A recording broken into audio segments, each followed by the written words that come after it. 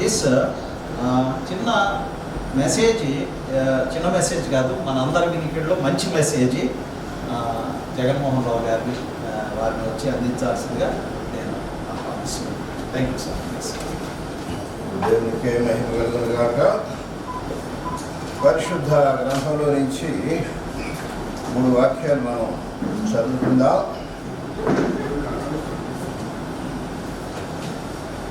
మొదటగా తిమోతికి రాసిన మొదటి పత్రిక 4వ అధ్యాయం 5వ వచనం. తిమోతికి రాసిన మొదటి పత్రిక 4వ అధ్యాయం 5వ వచనం. ఏలయనగా అది దేవుని వాక్యం వల్లను ప్రార్థన వల్లను పవిత్రపరచబడుచున్నది. గృహ ప్రతిష్ట, గృహ ప్రవేశము, ఈ గృహాన్ని ప్రత్యేకిస్తూ ఉన్నాం, వేరు చేస్తూ ఉన్నాం. మరి అపార్ట్మెంట్లో చాలా ఫ్లాట్స్ ఉన్నాయి. ఈ ఫ్లాట్ని దేవుని కొరకు ప్రత్యేకిస్తూ ఉన్నాం, వేరు చేస్తూ ఉన్నాం, ప్రతిష్ఠిస్తూ ఉన్నాం. అది ఎలా నెరవేరనై ఉన్నదంటే మరలా వాక్యాన్ని బిగ్గరగా వినిపిస్తారు. ఏలయనగా ప్రార్థన వల్లను పవిత్రపరచబడుచున్నది. సామెతల గ్రంథం 3వ అధ్యాయం 33వ వచనం. సామెతల గ్రంథం 3వ అధ్యాయం 33వ వచనం. భక్తిహీనుల ఇంటి మీదకి యెహోవా శాపము వచ్చును. నీతిమంతుల నివాస స్థలము ఆయన ఆశీర్వదించును. నీతిమంతుల నివాస స్థలము ఆయన ఆశీర్వదించును. ఆయన నీతిమంతుడు. మరి ఆయన నామంలో పశ్చాత్తాప విశ్వాసాలతో ప్రార్థించి ఎవరైతే పాపం కడగబడిన అనుభవం, మరి ఎవరినైతే ఆయన నీతిమంతుడిగా లెక్కించాడో వారు నివాసం ఉండే నివాస గృహాన్ని ఆయన ఆశీర్వదిస్తాను అని మరి ఇక్కడ మనం వాగ్దాన రూపంగా కూడా మనం ఈ వాక్యాన్ని తీసుకోవచ్చు. ఇక 3వ భాగంగా సమూయేలు 2వ గ్రంథం 7వ అధ్యాయం 29వ వచనం. సమూయేలు 2వ గ్రంథం 7వ అధ్యాయం 29వ వచనం చదవండి. దయచేసి నీ దాసుడైన నా కుటుంబము నిత్యము నీ సన్నిధిని ఉండునట్లుగా దానిని ఆశీర్వదించు. యెహోవా నా ప్రభువా, నీవు సెలవిచ్చి ఉన్నావు. నీ ఆశీర్వాదము నుండి నా కుటుంబము నిత్యము ఆశీర్వదింపబడును గాక అని చక్కటి ప్రార్థన చేశాడు దావీదు మహారాజు. ఆశీర్వాదం నన్ను ఆశీర్వదించుము, నా కుటుంబాన్ని ఆశీర్వదించుము. నీ సన్నిధి నిత్యము నా కుటుంబంతో ఉంటే నా కుటుంబం ఆశీర్వదింపబడిన కుటుంబంలో ఉంది. సరే, ఇప్పుడు చిన్న ప్రశ్న అడగాలని నేను ఆశపడుతూ ఉన్నా. నన్ను, నా కుటుంబాన్ని, నా గృహాన్ని దేవుడు ఆశీర్వదించాలని నేను కోరుకుంటున్నాను అన్నవాడంతా చేయించాను. నాకు కాదు, మన మధ్య ఉన్న ప్రభు, నాకు కాదు, మన మధ్య ఉన్న దేవునికి నన్ను, నా కుటుంబాన్ని, నా నివాస స్థలాన్ని, నా గృహాన్ని ప్రభు ఆశీర్వదించాలి అని కోరుకునే వాళ్ళంతా చేయించి చూపించండి. రైట్. మానవులమైన మనం అందరూ ఆశీర్వాదాన్ని కోరుకుంటాం. ఆశీర్వాదాన్ని కోరుకోవడంలో పాపం ఏమీ లేదు. Blessing blessing. ఆశీర్వదించబడాన్ని కోరుకోవడంలో పాపం ఏమీ లేదు. అయితే మరి వాక్యంలో చదువుతున్నాం, నీతివంతుల నివాస స్థలమును ఆయన ఆశీర్వదించును, వారితో కలిసి ఆయన కూడా నివాసం. ఆ విధంగా చదువుతున్నాం. సరే, మరి సమస్య ఎక్కడ వస్తుందంటే రోమాపత్రిక 3వ అధ్యాయం 11వ వచనం. రోమాపత్రిక 3వ అధ్యాయం 11వ వచనం. నీతిమంతుడు లేడు, ఒక్కడునూ లేడు. దేవుని వెతుకువాడెవడు? నీతిమంతుడు లేడంట, ఒక్కడు కూడా లేడంట భూమి మీద. మరి నీతిమంతుడు నివాస స్థలాన్ని ఆశీర్వదిస్తానని దేవుడు రాయించి పెట్టాడు. మరి ఇంకో భాగంలో నీతిమంతుడు లేడు, ఒక్కడు లేడు. ఎలా అర్థం చేసుకోవాలి? అందరూ అనీతిమంతులే, అందరూ పాపులే. మరి మనం గమనించాలి, ఆశీర్వాదాలు రెండు రకాలండి. Spiritual and heavenly blessings, spiritual and eternal blessings. రెండోది ఏంటంటే ఎర్త్లీ ఆర్ మెటీరియలిస్టిక్ బ్లెస్సింగ్స్. పర సంబంధమైన నిత్యత్వానికి చెందిన ఆశీర్వాదాలు, భూ సంబంధమైన తాత్కాలికమైన ఆశీర్వాదాలు. కనుక దేవుడు సృష్టికర్త, మానవుడు సృష్టి అయ్యింటూ ఉన్నాడు. ఈ రెండు రకాల ఆశీర్వాదాన్ని ఇచ్చేవాడు, ఇవ్వగలిగిన వాడు దేవుడు మాత్రమే. మరి నీకు నాకు నిత్యత్వానికి చెందిన ఎల్లప్పుడూ ఉండే ఆశీర్వాదం కావాలా? ఏదో కొంతకాలం ఉండి ఆ తర్వాత మరి నశించిపోయే ఆశీర్వాదం కావాలా? లేకుండా పోయే ఆశీర్వాదం కావాలా? ఏం కోరుకుందాం? మనం మరి మంచి చెడులు వివేచించగలిగే వారంగా అదిగో ఆ నిత్యత్వానికి చెందిన ఆ పర సంబంధమైన ఆత్మ సంబంధమైన ఆశీర్వాదాన్ని దేవుడు మనకు అనుగ్రహించాలని ప్రతి ఒక్కరూ కోరుకోవాలి. సరే, మరి దాన్ని పొందుకోవటం ఎలా? ఎఫెసీయులకు రాసిన పత్రిక 1వ అధ్యాయం 3వ వచనం. మన ప్రభువైన యేసుక్రీస్తు యొక్క తండ్రి యొక్క దేవుడు స్తుతింపబడును గాక. ఆయన క్రీస్తునందు పరలోక విషయములలో ఆత్మ సంబంధమైన ప్రతి ఆశీర్వాదం మనకు అనుగ్రహించను. కనుక ఇక్కడ మర్మం ఏమిటంటే, పర సంబంధమైన ప్రతి ఆశీర్వాదాన్ని ఆయన క్రీస్తు ప్రభువులో దాచిపెట్టాడు. ఇప్పుడు ఆశీర్వాదాన్ని కోరుకుంటూ దేవుడు నన్ను ఆశీర్వదించాలని చెయ్యెత్తి చూపించిన మనం అందరం కూడా ఆశీర్వాదాన్ని పొందుకోవడానికి అవి ఎవరిలో దాచబడి ఉన్నాయి?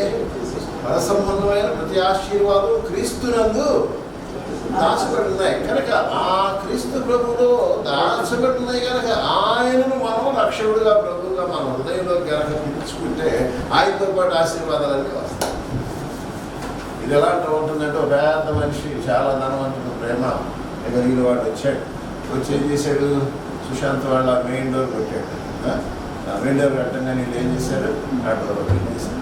డోర్ ఓపెన్ చేసిన తర్వాత ఆయన కుడి చేతిలో 65 బ్యాగ్స్ ఉన్నాయి, ఎడమ చేతిలో 65 బ్యాగ్స్ ఉన్నాయి. చాలా తక్కువ ఉన్నాయి.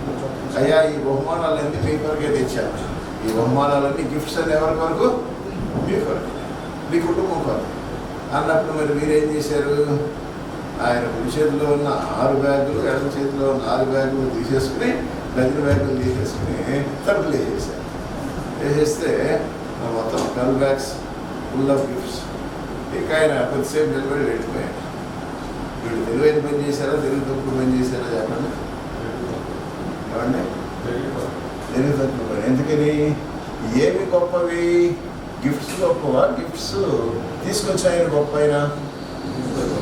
ఏమండి? తీసుకొచ్చిన ఆయన గొప్ప. కనుక మీరు తెలివైన వారైతే ఏం చేస్తారు? అయ్యారు, ముందు మీరు రండి, ఈ చైర్లో మీరు కూర్చోండి, మీరు ఏం తీసుకుంటారో చెప్పండి. మీరు మాతోనే ఉంటారు, మా ఇంట్లో. అయ్యా, ఇదో మీకోసం తెచ్చాను అయ్యా.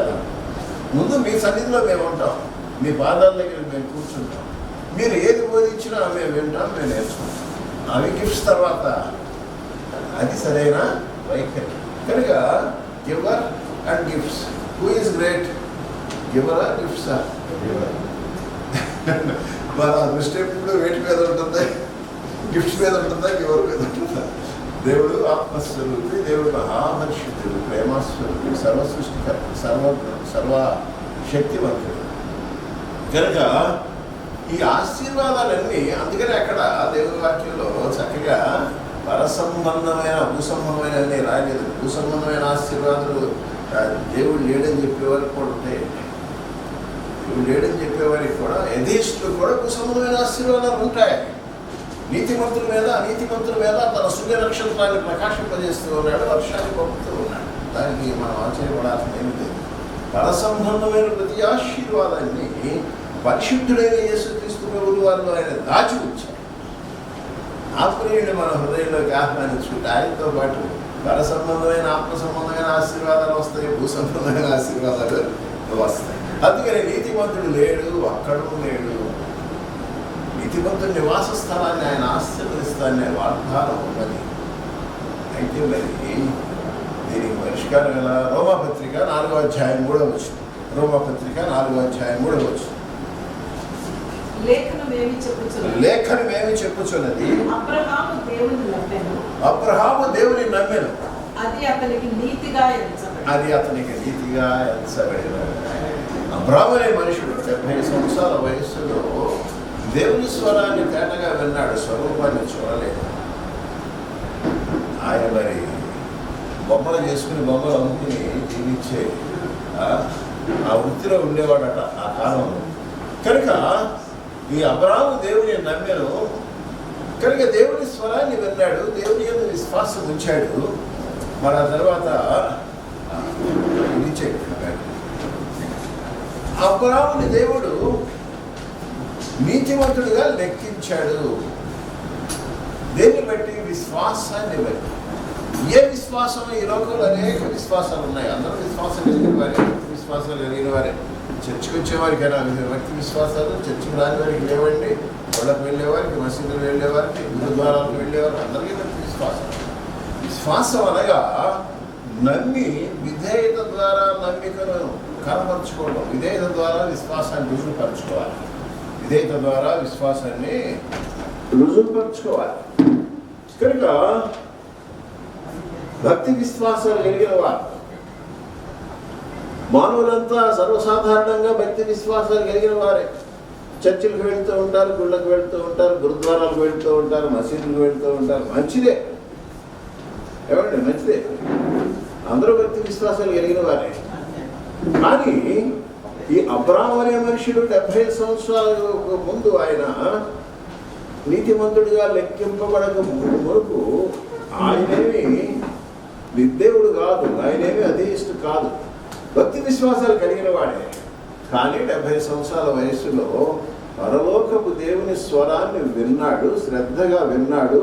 ఏ స్వరూపాన్ని ఆయన చూడలేదు, వివేచించాడు. పరలోకాన్ని నుంచి ఆత్మస్వరూపైన దేవుడు, పరలోకపు దేవుడు, సర్వసృష్టికర్త అయిన దేవుడు నాతో మాట్లాడుతున్నాడని అంతరంగంలో గ్రహించి శ్రద్ధగా విని దేవుని యందు విశ్వాసం ఉంచి తన విశ్వాసాన్ని విధేయత ద్వారా రుజువుపరుచుకున్నాడు. దేవుడు విడిచిపెట్టుకున్న వాటిని విడిచిపెట్టాడు, వదిలివేయమన్న వాటిని వదిలివేశాడు. విధేయత ద్వారా తన విశ్వాసాన్ని రుజువుపరుచుకున్నాడు. అబ్రహాము దేవుని నమ్మెను, మరి అతడు నీతిమంతుడిగా లెక్కించబడెను. కనుక మరి ఏ విధంగా నీతిమంతుడిగా లెక్కించబడతామో, నీతిమంతుల నివాస స్థలమును ఆయన ఆశీర్వదించును. అబ్రహాము కుమారుడైన దావీదు, దావీదు కుమారుడైన ప్రభువైన యేసుక్రీస్తు వారు. రోమాపత్రిక 3వ అధ్యాయం 23వ వచనం, తర్వాత 26వ వచనం చదవండి. ఏ భేదములు లేదు, అందరూ పాపము చేసి దేవుడు అనుగ్రహించు మహిమను పొందలేకపోతున్నారు. క్రీస్తు యేసు రక్తమునందరి విశ్వాసము ద్వారా ఆయనను కరుణాధారముగా బయలుపరచాడు. దేవుడిప్పటి కాలమందు తన నీతిని కనపరచు నిమిత్తం తాను నీతిమంతుడును యేసునందు విశ్వాసము గలవానిని నీతిమంతుడుగా తీర్చువాడునై ఉండుటకు అలాగే. కనుక ఏ భేదము లేదు. పరలోకము పరిశుద్ధుడైన ఆత్మస్వరూపుడైన సర్వసృష్టికర్త అయిన దేవుని దృష్టికి మానవులందరూ పాపులే. జన్మ పాపం, కర్మ పాపం, భక్తి విశ్వాసాలు ఉంటాయి. కనుక మనుషుడు జన్మ పాపంతో పుడుతూ ఉన్నాడు, భక్తి విశ్వాసం కలిగిన వాడిగా జీవిస్తూ ఉన్నాడు. క్రైస్తవ, హైందవ, మహమ్మదీయ, యోధ, అది ఏదైనా కావచ్చు, చివరికి పాపంలోనే సరిపోతూ ఉన్నాడు. పాపానికి వచ్చే శిక్ష నిత్యానికి అగ్ని గుండం, అగ్ని ఆరు, పురుగు సాగు. నా మాటలు కాదు, దేవుడు సత్యమైన మాట. మరి పరిష్కారం ఎట్లా? పరిష్కారము ఎలా? కనుక అందరూ భక్తి విశ్వాసాలు కలిగిన వారే. మరి వారు పాప క్షమాపణ, పాపం కడగబడిన అనుభవంగా ప్రభువుచే వారు ప్రభువుకి ఆత్మీయంగా అంటుకట్టబడిన అనుభవంగా, నీతిమంతులుగా లెక్కింపబడిన అనుభవంతో వారు మరి దేవుణ్ణి వెంబడిస్తున్నారా, సేవించగలుగుతున్నారా అనేది ప్రశ్న. అయ్యా పాపం అంటే ఏమిటి? నేనే నేరాలు ఘోరాలు చేయలేదు కదా. నిజమే. ఆదికాండం 6వ అధ్యాయం 5వ వచనం. పాపం అంటే ఏమిటి? ఒక్క మాటలో నరుల చెడుతనం, భూమి మీద గొప్పదని, హృదయం యొక్క తలంపుల్లో ఊహ అంతయు ఎల్లప్పుడూ కేవలం చెడ్డదని యెహోవా చూసి, నరుల యొక్క చెడుతనం భూమి మీద గొప్పదని, వారి హృదయ యొక్క తలంపుల్లోని ఊహాంతయు ఎల్లప్పుడూ కేవలం చెడ్డదని చూసి, ఆత్మస్వరూపి అయినా మహాపరిశుద్ధుడైన సర్వజ్ఞుడు సర్వశక్తివంతుడైన ప్రేమమైన దేవుడు నీ హృదయం యొక్క తలంపుల్లోని ఊహను చూచి నీకు ఒక పేరు పెట్టాడు, పాపి. ఇదే నా జీవితంలో 4 సంవత్సరాలు ఉండేది. 85వ సంవత్సరం డిసెంబర్లో మా తల్లిదండ్రులు నాకు జగన్మోహన్ రావు అని పేరు పెడితే, పరలోక తండ్రి సాయంకాలం నేను బైబిల్ కొత్త వార్త 5వ అధ్యాయం చదువుతూ ఉండగా నన్ను పాపి అని పిలిచాడు. నాకు ఏ దుర్వ్యసనాలు లేవు, ఏ చెడవాట్లు లేవు. మరి ఏది సత్యం?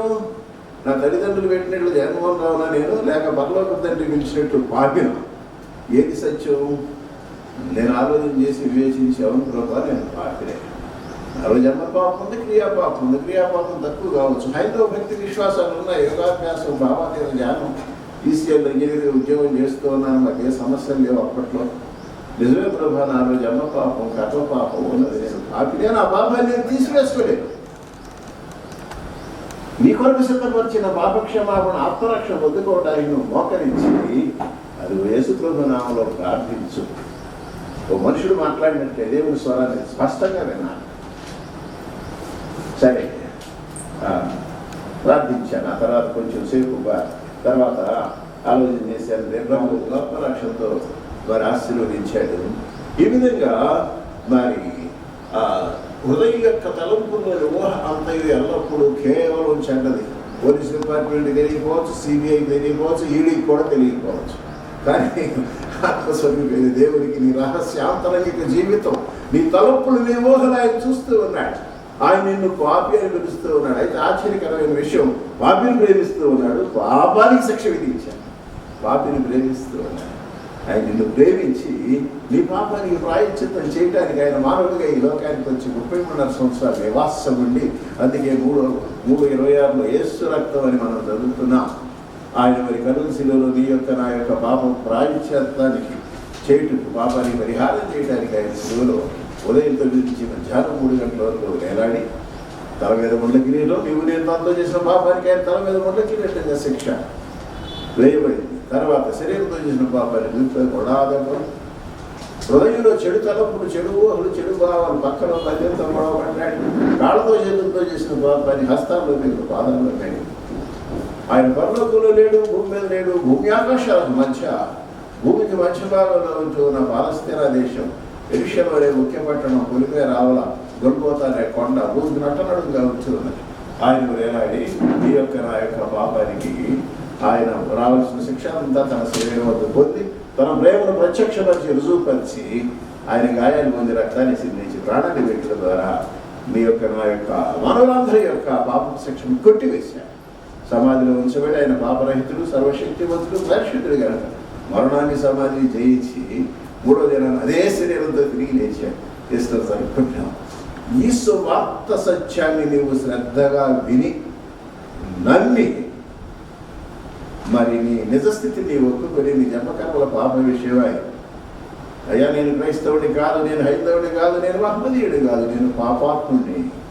నిజమే, చర్చికి వెళుతూ ఉన్నాను, వస్తూ ఉన్నాను, నా బ్రతుకులో మార్పేమీ లేదు, నా హృదయం నీకు నివాస స్థలంగా లేదు. భక్తి విశ్వాసాలు ఉన్నాయి. ఇదే స్థితిలో కనుక నేను లోకాన్ని విడిచిపెడితే నీ వాక్యంలో నీవు రాయించి పెట్టిన రీతిగా నా గమ్యం అగ్ని ఆడదు, పురుగు చావదనే ఆ స్థలం అవుతుంది. నేను అనీతిమంతుడుగా, నీతిమంతురాలుగా నేను లోకాన్ని విడిచిపెట్టవలసి వస్తుంది. నీతిమంతుల నివాస స్థలాన్ని ఆశీర్వదిస్తానని వాగ్దానం ఇచ్చాను. ఇది ప్రభునామంలో ఆయన నా పాపమని ఆ రక్తం తన పరిశుద్ధ నిర్దోష పావన రక్తాన్ని సిందించాడు. రక్తం పోతే ప్రాణం పోతుంది, ప్రాణాన్ని పెట్టాడు. నా పాపం శిక్షణ కట్టివేశాడు అనే శుభవార్త, సత్యవార్తను నమ్మి ఇక రెండవదిగా మనుషుడు తన నిజస్థితిని తాను ఒప్పుకోవాలి. నికోదేమనే పండితుడు, సన్హెద్రీ సభ సభ్యుడు, యూదుడు, వృద్ధుడు, పరిసయుడు, అధికారి, గౌరవనీయుడు రాత్రి సమయంలో యేసుక్రీస్తు ప్రభు వారి యొక్కకు వచ్చినప్పుడు వారి మధ్య కొంత సంభాషణ జరుగుతుంది. యేసు ప్రభు ప్రశ్నిస్తాడు, ఇశ్రాయేలు బోధకుడు అయిన నీవు వీటిని ఎరగవా?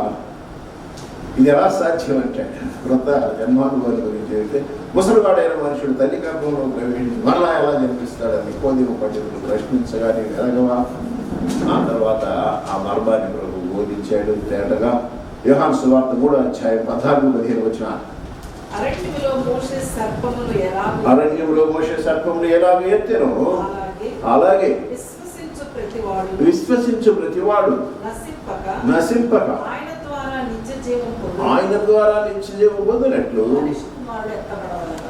మనుష్య కుమారుడు ఎత్తబడవలెను. ఓ నికోదేము పండితుడా, యూదుడా, సన్హెద్రి సభ సభ్యుడా, మతనిష్ట మత వైరాగ్యం కలిగిన గౌరవనీయుడా, పరిసయుడా, నీవు పరలోక రాజ్యంలోకి ప్రవేశించాలి, నిత్య జీవాన్ని నువ్వు వరంగా పొందుకోవాలి అంటే విశ్వసించు ప్రతివాడు, యూదుడైనా యూదేతరుడైనా ఎవరైనప్పటికీ కూడా, శిలువ మీద వేలాడుతూ ఉన్న దొంగలు కావచ్చు, నికోదేము పండితుడు కావచ్చు, విశ్వసించు ప్రతివాడు నిత్య జీవం పొందినట్లు మనిషి కుమారుడు ఎత్తబడవలెను. కనుక నికోదేము పండితుడా, నా శిలువ మరణ భూస్థాపన పునరుద్ధానాల యందు నువ్వు విశ్వాసం ఉంచడాన్ని బట్టి నువ్వు పాప క్షమాపణ, పాపం కడగబడిన అనుభవం పొందుకుంటావు. నిశ్చితమైన యేసుక్రీస్తు ప్రభువు వారు చెప్పిన మాటలను శ్రద్ధగా విని విశ్వసించి ఆ రహస్య శిష్యుడు అయ్యాడు. ఆయన రక్షించబడ్డాడు. కనుక మరి నీతిమంతుడు లేడు, అక్కడమో లేడు. అయితే మరి విశ్వాసాన్ని బట్టి నీతిమంతుడుగా లెక్కించబడిన వారు ఉన్నారు. కృపాకాలంలో ఉచితంగా దానంగా ఆయన రక్షణ సిద్ధం చేసి ఇది చేయగా రక్షణ మనం అడిగి పొందుకోవటమే. కనుక ఆయా మరి నీతిమంతుని ఆశ్రయించే నివాసస్థలం ఆయన ఆశీర్వదిస్తాడని చదివించారు. మరి నన్ను, నా కుటుంబాన్ని, నా నివాస స్థలాన్ని ఆశీర్వదించాలంటే మొదటగా నా హృదయం ఆయనకు నివాస స్థలంగా కావాలి. నా హృదయం, నా జీవితం ఆయనకు ప్రతిష్ఠించబడాలి. మత్తయి సువార్త 18:20 ఆ భావం ఏమిటి చదవండి. మత్తయి సువార్త 18:20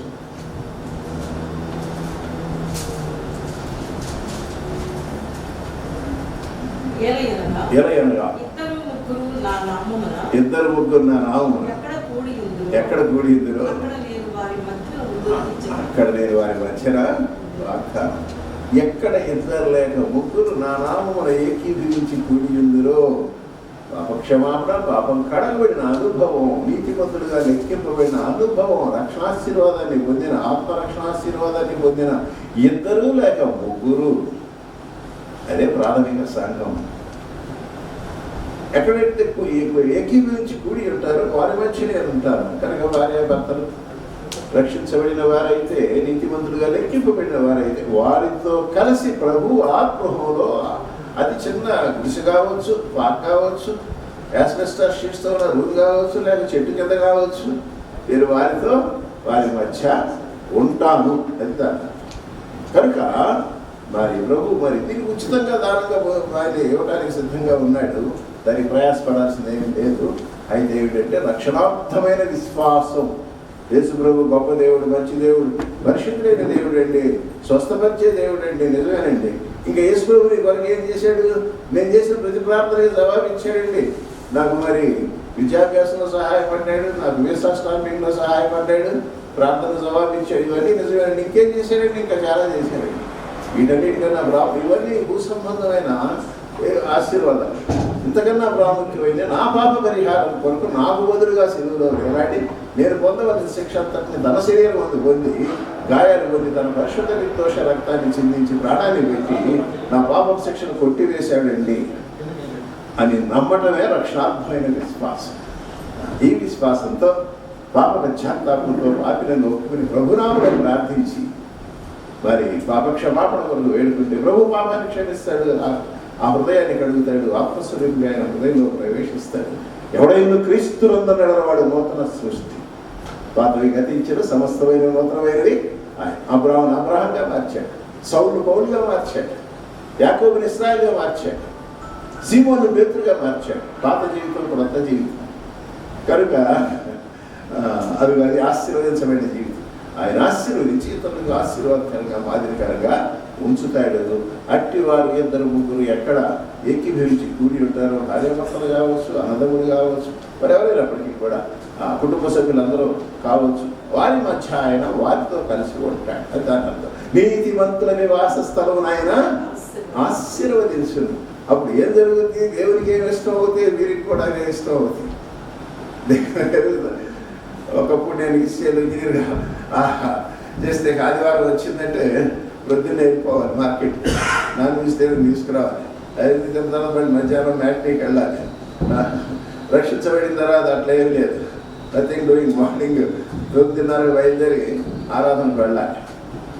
వారి అపొస్తలుల బోధ ఎందును, సహవాసం ఎందును, రొట్టె విరిచి ఎందును, ప్రార్థన చేయటం ఎందును ఎడతెగక చర్చికి వెళ్ళాలంటే ఎంత సిగ్గు, ఎంతో అవమానంగా నేను మరి ఫీల్ అయ్యేవాడిని. నా భార్య 4 సంవత్సరాలు చర్చికి వెళ్ళేవాళ్ళు. నేను రక్షించబడిన తర్వాత దేవునికి ఏది ఇష్టమైంది, నాకైతే ఇష్టమైంది. ఈ ఆదివారం నుంచి నేను పిల్లలను తీసుకుని చర్చికి వెళ్తాను. దేవునికి ఏది ఇష్టం అది నాకు. అలాగే చెప్పనశక్యం మహిమాయుక్తమైన సంతోషం గలవారు ఆనందించుతున్నారు. అంతకుముందు నేను ఎన్ని సినిమాలు చూసినా ఏం చేసినా నాకు కలిగినటువంటి గొప్ప సంతోష, శాంతి, సమాధానాలు మరి ఆ ప్రభువుని నా హృదయంలో చేర్చుకోవడాన్ని బట్టి కలిగినాయి. అలాగే అపొస్తలుల కార్యాలు 1:8 ప్రకారం ఏదో సవరే విషయాలు ఉదయంతో వరకు మీరు నాకు సాక్షులు. మరి ఆయనకు సాక్షులుగా, రాయబారులుగా ఉద్యోగం చేసే స్థలంలో అవకాశం ఇచ్చినప్పుడు కొన్ని మాటలు చెప్పడం. నిత్యము ఆయన కీర్తి నా నోట నుండి నిండా చదివారు. 34వ కీర్తన మొదటి వయసు. శ్రమలు, కష్టాలు, బాధలు, సమస్యలు రావచ్చు, అయినప్పటికీ ప్రభువును గ్రహించిన రక్షణ బట్టి ప్రభువును స్థుతించు. ఇవన్నీ వచ్చే మార్పులు, ఇవి దేవునికి ఇష్టం. మరి అవి పాపక్షమాపణ, పాపం కడగబడి ఆత్మీయంగా ఆయన కట్టుకట్టబడిన వారి జీవితాల్లో కూడా ఈ మార్పు అనేది ఖచ్చితంగా ఉంటుంది. ఈ విధంగా మరి అలాగే మొదటి కీర్తన 2వ వచనం చదవండి. ఇక ఒక 6-7 మార్కులు నేను మీకు జ్ఞాపకం చేస్తాను. యెహోవా ధర్మశాస్త్రమునందు ఆనందించుచు దివారాత్రము దాన్ని ధ్యానించువాడు ధన్యుడు, ఆశీర్వదించబడిన వాడు.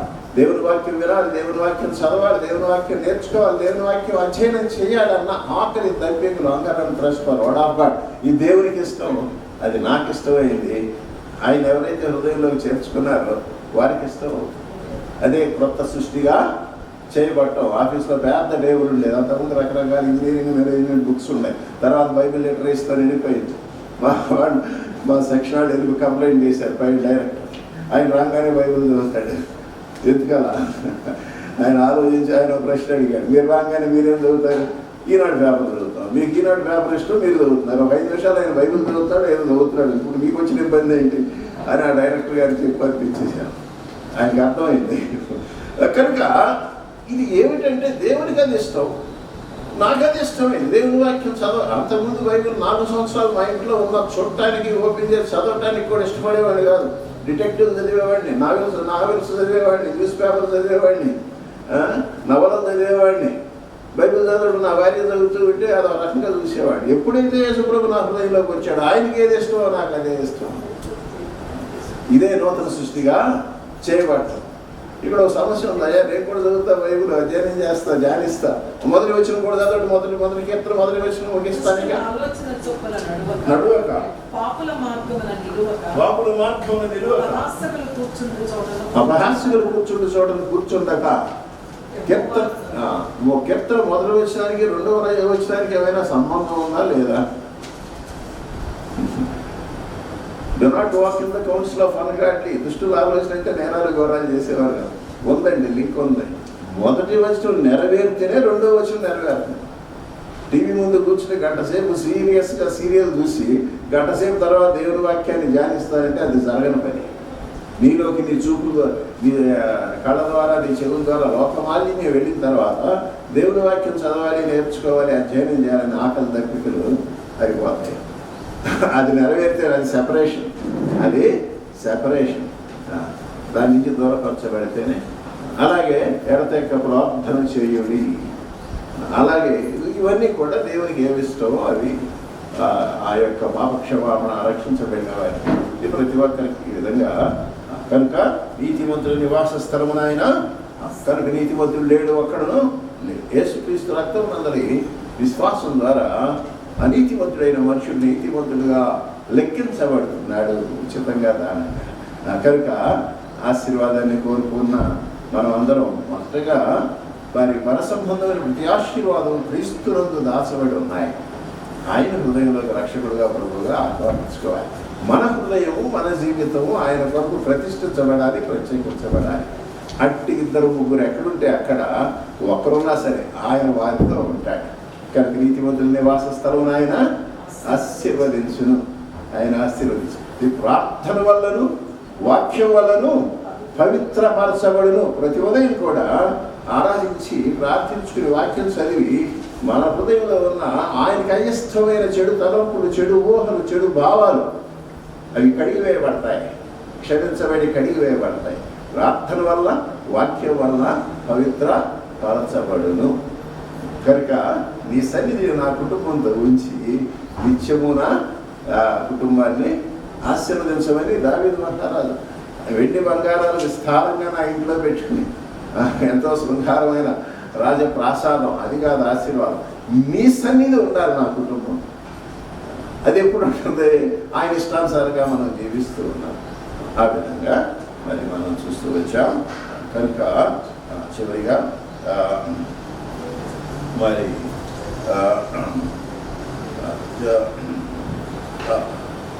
ఇప్పుడు వచనంలో 2వ భాగం చదవండి. నీతిమంతుల నివాస స్థలమును ఆయన ఆశీర్వదించును. కనుక ఈ గృహాన్ని ప్రభు మరి విశాల్ మరి ఆశా శైలిలకు ఈవిగా ఇచ్చి ఉన్నాడు. కనుక మరి ఈ నీతిమంతుల నివాస స్థలాన్ని ఆత్మీయమైన ఐహికమైన రీతిలో ప్రభు ఆశీర్వదించి వర్ధిల్ల చేయును గాక. దేవుడు తన వర్తమానమును ఆశీర్వదించును గాక. God bless you all. ప్రార్థన చేసుకుందాం. అందరూ కూడా కళ్ళు మూసుకుంటాను ఉంచుకుని ప్రార్థనలో ఏకీభవించండి. ప్రార్థించుకుందాం. పరిశుద్ధమైన తండ్రి, ఎక్కడ 2 లేక 3 నానాములు ఏకీభవించి కూడి ఎందులో వారి మధ్య నీవు ఉన్నావు.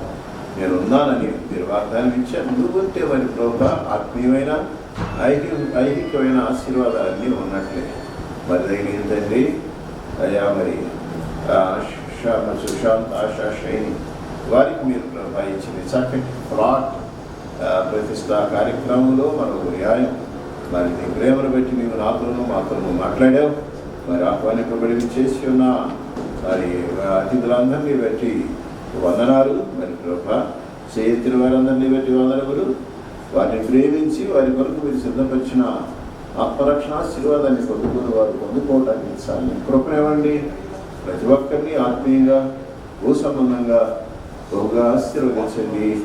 మరి ఈ కుటుంబాన్ని గృహాన్ని ఆశీర్వదించండి. వందనస్తులమైన మీ హస్తాలకు అప్పగించుకుంటూ ముందు కార్యక్రమంలో కూడా సహాయపడవాలని కోరుతూ ప్రార్థన ప్రభు రక్షకుడైన యేసుక్రీస్తు వారి పరిశుద్ధ దివ్యనామంలో స్తుతి స్తోత్రాలు అడిగి పెట్టుకుంటున్నాం తండ్రి. ఆమేన్.